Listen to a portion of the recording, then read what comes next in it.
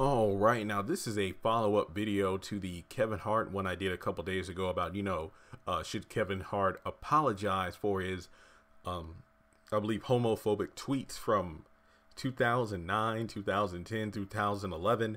And this follow-up video is pretty much because apparently the Oscars are having trouble not only finding a replacement for Kevin Hart, but also juggling around the idea of not having a host at all. I've heard rumors about, just having like an SNL-esque kind of situation where there'll be different people on stage at different times doing like sketches and whatnot. And I think I heard this on the Breakfast Club when they broke it down yesterday in regards to, the Academy wishes that Kevin Hart would have complied, just apologized to set an example, and pretty much just go with the flow of everything.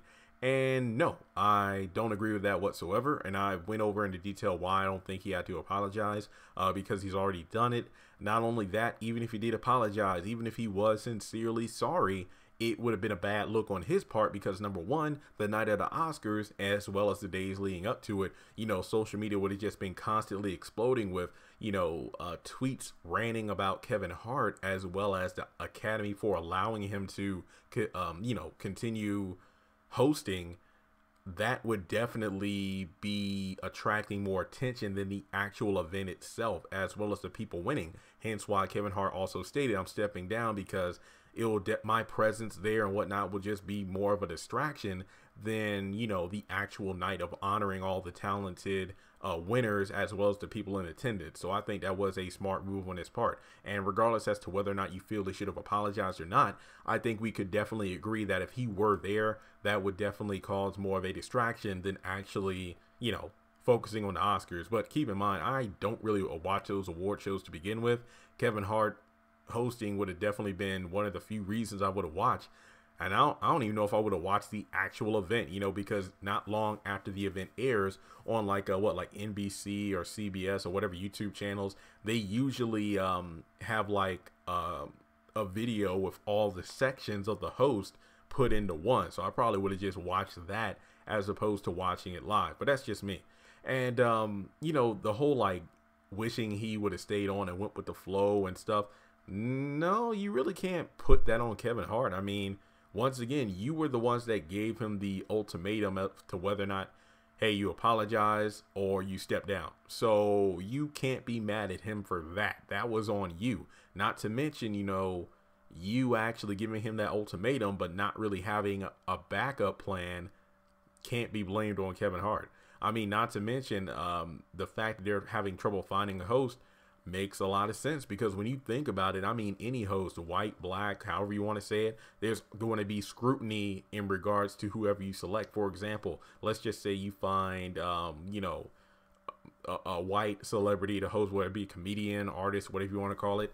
Then it'll say, oh, wow, you'll kick out a black man, but not the white man, because there is no telling. I think we can all agree, no matter who would take the hosting position, the internet would dig through that person's social media to pull any kind of tweets or Instagram posts or YouTube videos and use that against them in the same way that kind of content was used against Kevin Hart. And especially if it's a white person, it's like, oh, well, you'll kick the black man out for making those homophobic tweets. But what about this white guy who said similar things and whatnot, and you have him hosting?